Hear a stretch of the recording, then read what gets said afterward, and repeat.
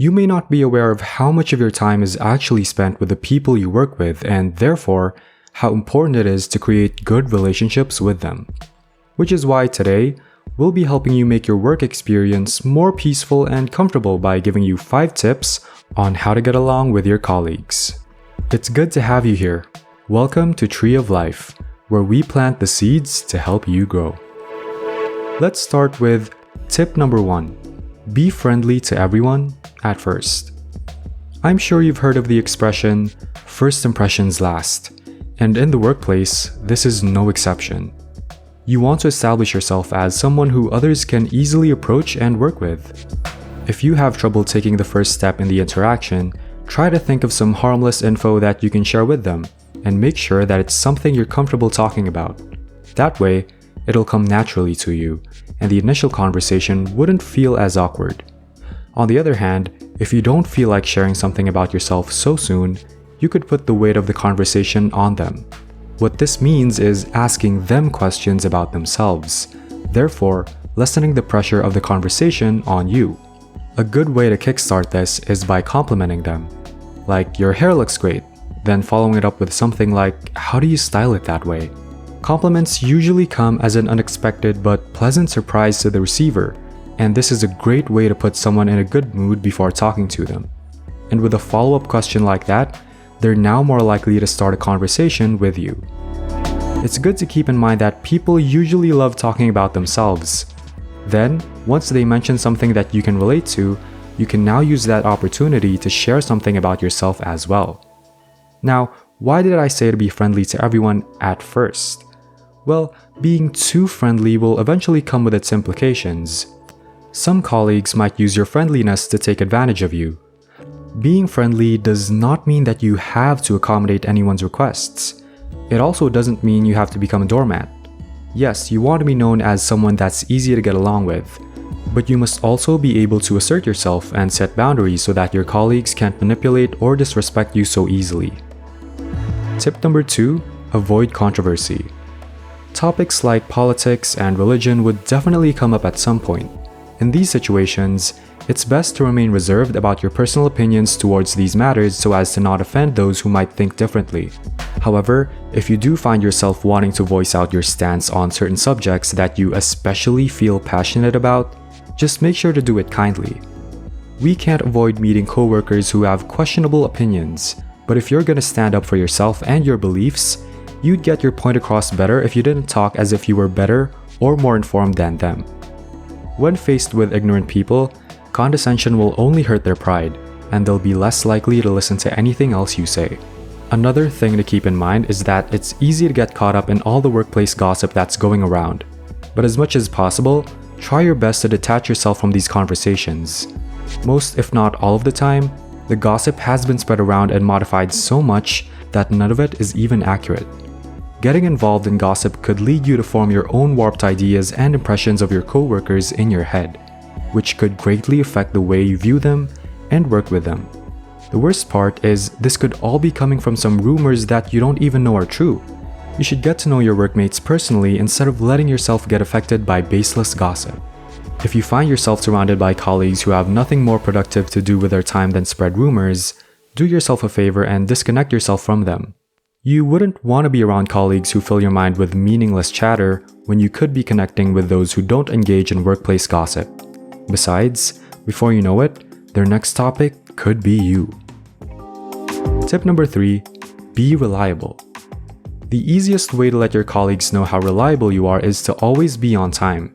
Someone who's always punctual is someone who also knows how to respect other people's time. Being on time all the time shows how committed you are to your responsibilities. If your set schedule is 9 a.m., showing up consistently at 9 a.m. every single day shows your colleagues that you can keep your end of the deal. If you can't even show up at 9 a.m. every day, how can they rely on you to do other tasks for them? When your colleagues see your consistency in something as simple as going to work on time, their trust in you will slowly build up until it reaches the point where they have enough confidence that you can also take on other important responsibilities. Another way to make yourself more reliable is to focus on improving your own work. You were assigned to that position for a reason, So you have to do your part well and prove to them that they were right to entrust you with a job. Most importantly, don't meddle with the areas of responsibility of others. Doing this could get you caught up in a mess that you created because you tried to do something that wasn't meant for you. It's okay to want to help your colleagues, but only do so if they personally ask you for it. Although having initiative in the workplace is also good, in some cases, your help isn't needed, and forcing yourself onto the task might only affect the results negatively. In the end, it would only disrupt the relationships with your coworkers that you worked so hard to cultivate. If you've watched this far, go ahead and click that like button for us to let us know that you're enjoying the video. Great, now let's move on to tip number 4. Communicate clearly. You cannot survive in the workplace if you do not know how to communicate effectively. Communication is the key to connecting with the people around you, and if you can't do it well, misunderstandings are bound to happen. Not to worry though, it's not totally your fault if you weren't taught how to communicate well with others. It could be that you were raised in a household where you weren't encouraged to express yourself. You might have even been punished for it. Lots of factors can be the cause of growing up unable to communicate effectively, and it's important for us to acknowledge and understand that. However, although it may not be entirely your fault that you don't know how, you have to realize that it is now your responsibility to teach yourself. Communication is an essential skill to have in the workplace so that you can get along well with your colleagues. Communication isn't just verbal. You also have to think about body language, facial expressions, and gestures. When communicating, your words should match with your actions so as to not cause confusion on the other end. It's also important to be concise and specific with what you want to say, especially when it comes to your colleagues.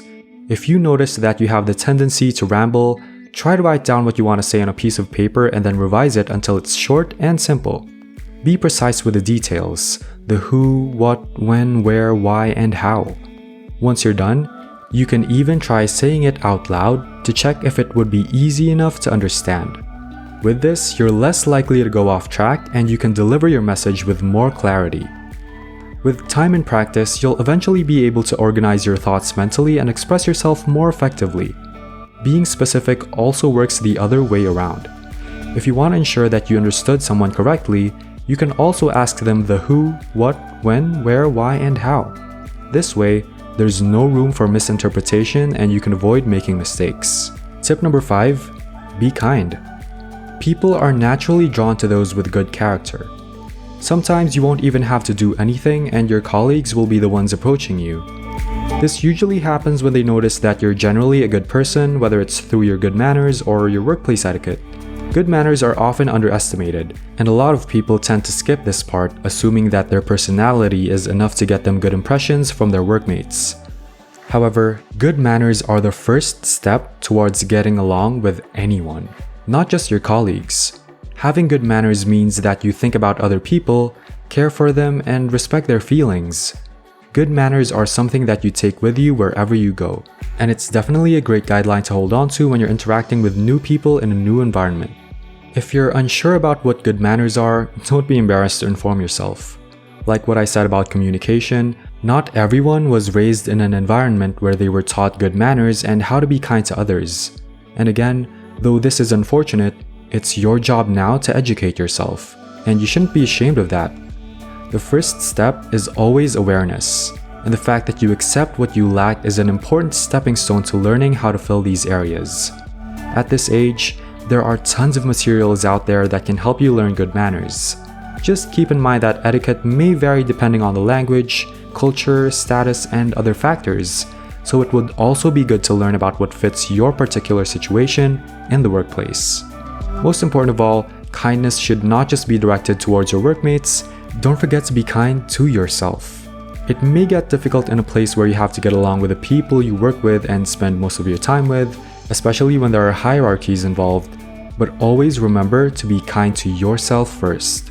You must care for yourself enough that you will not tolerate any kind of disrespect from your colleagues. We hope you learned something today.